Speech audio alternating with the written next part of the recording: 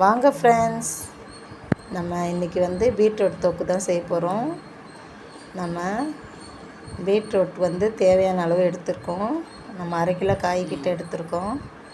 அதை நல்லா பொடியாக கட் பண்ணிவிட்டு குக்கரில் வாஷ் பண்ணிவிட்டு குக்கரில் சேர்க்குறோம். குக்கரில் சேர்த்து 2 விசில் வைக்க போகிறோம் ஃப்ரெண்ட்ஸ். நம்ம பீட்ரூட் தொக்கு வந்து நம்ம 2 விதமாக செய்யலாம் ஃப்ரெண்ட்ஸ். அதில் நம்ம வந்து இது வந்து தொக்கு செய்கிறோம். தேவையான அளவுக்கு தண்ணி ஊற்றிட்டு குக்கரை வந்து குக்கரில் சேர்த்துட்டு 2 விசில் விடணும்.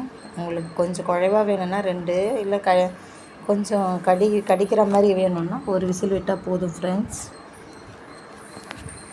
எல்லாத்தையும் போட்டுட்டு நம்ம கேஸ் ஆன் பண்ணி குக்கரை மூடி குக்கரில் வந்து நம்ம தேவைக்கு ஏற்ப மிளகாய்த்தூள், மஞ்சத்தூள் போட்டுக்கணும் ஃப்ரெண்ட்ஸ்.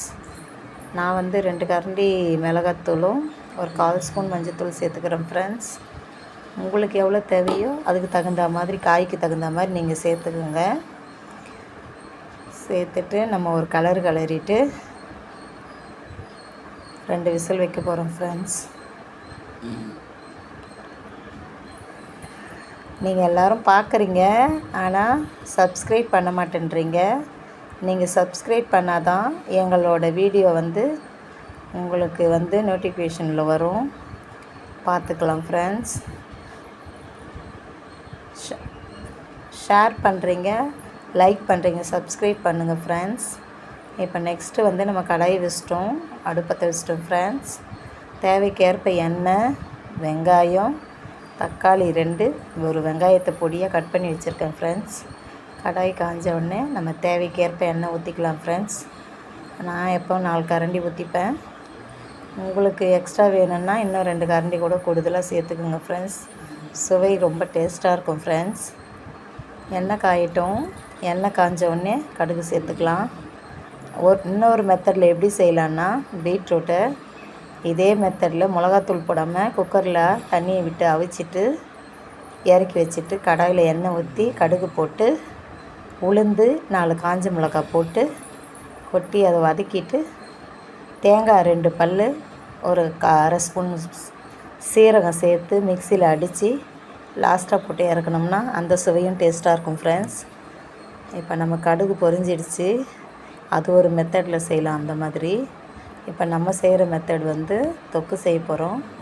கடுகு பொரிஞ்சிச்சு ஃப்ரெண்ட்ஸ். நம்ம இப்போ வெங்காயத்தை கட் பண்ணி வச்ச வெங்காயத்தை கடாயில் சேர்த்துக்கலாம்.